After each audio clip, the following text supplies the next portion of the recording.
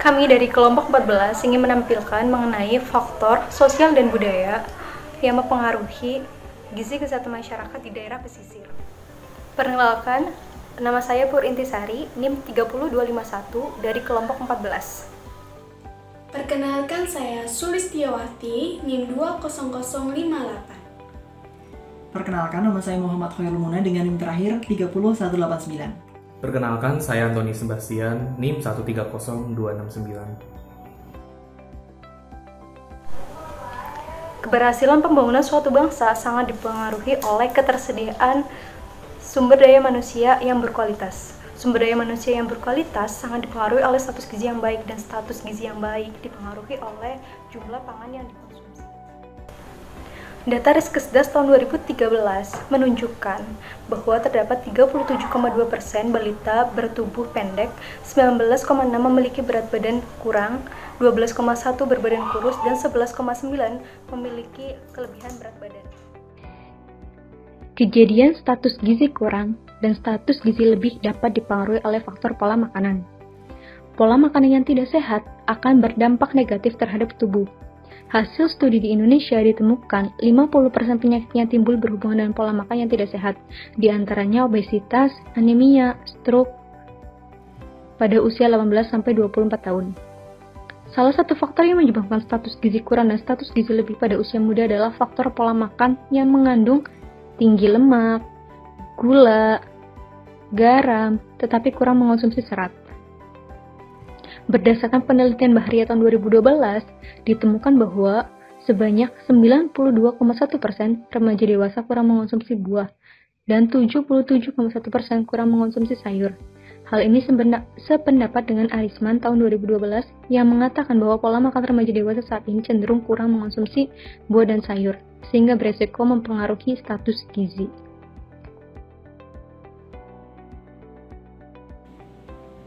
Pola makan merupakan informasi yang menggambarkan kepada kita mengenai macam dan jumlah bahan makanan yang dikonsumsi oleh seseorang setiap harinya.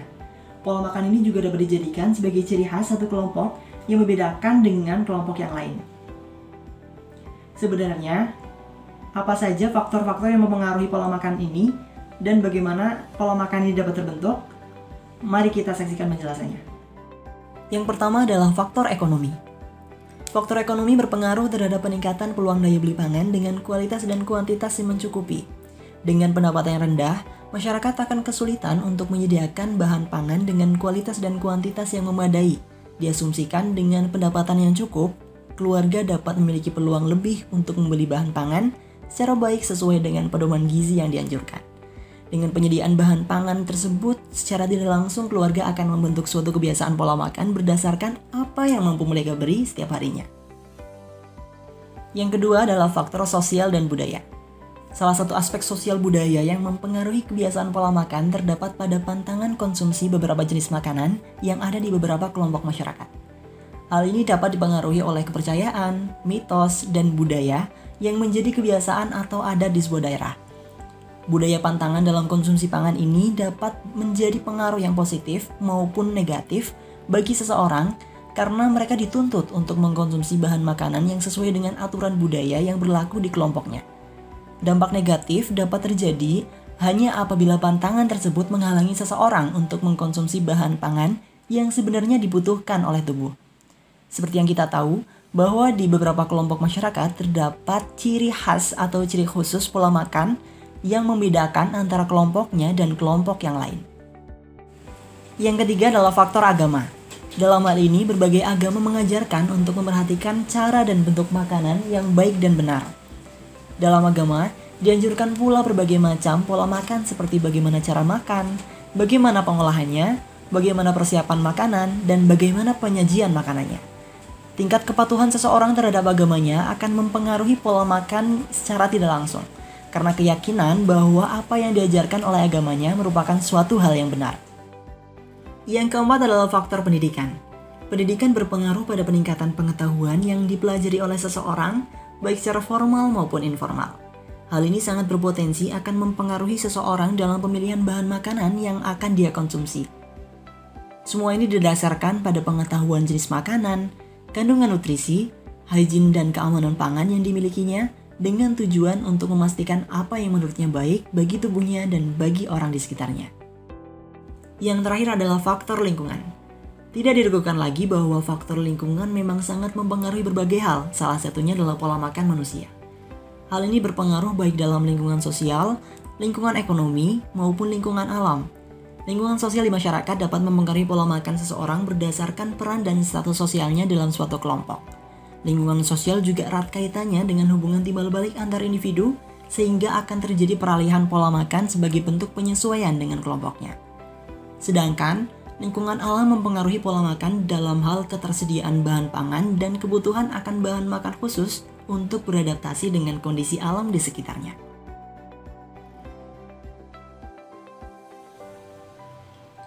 Masalah sosial budaya pangan dan gizi sangat berpengaruh terhadap status gizi pada masyarakat di daerah pesisir.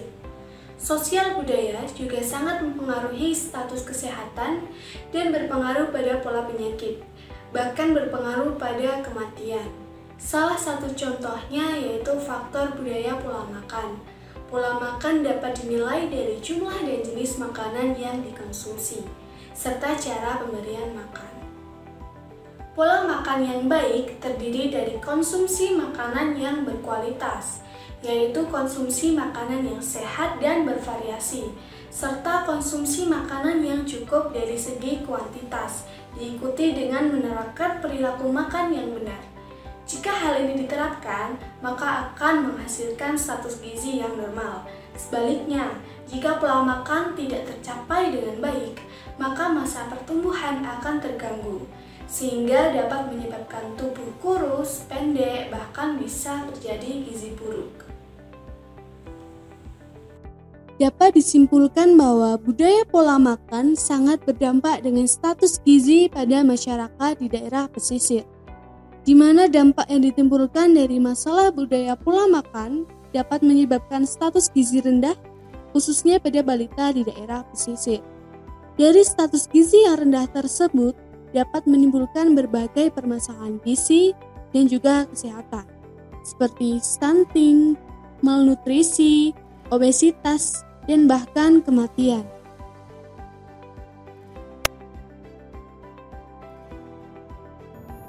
Menurut penelitian yang dilakukan Arifin pada tahun 2015, ditemukan bahwa status gizi kurang pada anak usia 3-5 tahun dialami karena pola makan yang kurang baik. Dari beberapa jurnal, terdapat beberapa upaya pemecahan masalah mengenai pola makan yang kurang benar, antara lain: pertama, penyuluhan rutin kepada ibu hamil dan ibu yang memiliki balita dalam rangka upaya edukasi. 2. Bekerja sama dengan pihak tokoh masyarakat. 3. Menjadikan topik pola makan menjadi referensi dalam hal penanganan masalah stunting pada balita. 4.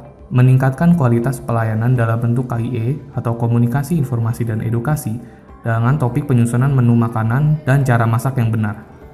5. Meningkatkan pemahaman masyarakat dalam menilai status gizi pada balita di masa mendatang. 6. Pengawasan upaya perbaikan gizi pada anak dengan melibatkan peran serta sekolah. Stunting masih menjadi permasalahan gizi di Indonesia. Stunting merupakan keadaan yang ditimbulkan akibat kekurangan nutrisi. Penyebab stunting terjadi di beberapa fase sejak masa kandungan, persalinan, hingga fase pengasuhan balita oleh ibu. Di Indonesia, masyarakat masih banyak yang keliru dengan pola makan yang benar dan prinsip-prinsip gizi pada anak. Faktor-faktor budaya pola makan yang kurang benar sangat sulit dikendalikan karena kentalnya kepercayaan masyarakat terhadap budaya masing-masing. Hal ini menjadi tugas bagi setiap pihak, khususnya sektor kesehatan, untuk dapat melakukan upaya penurunan kekeliruan terhadap pola makan yang baik dan benar, serta edukasi masyarakat agar meningkatnya pemahaman tentang prinsip-prinsip gizi pada masa yang mendatang. Sekian dari kami kelompok 14, pembahasan mengenai permasalahan stunting dilihat dari sisi faktor pola makan. Semoga video ini dapat bermanfaat. Terima kasih.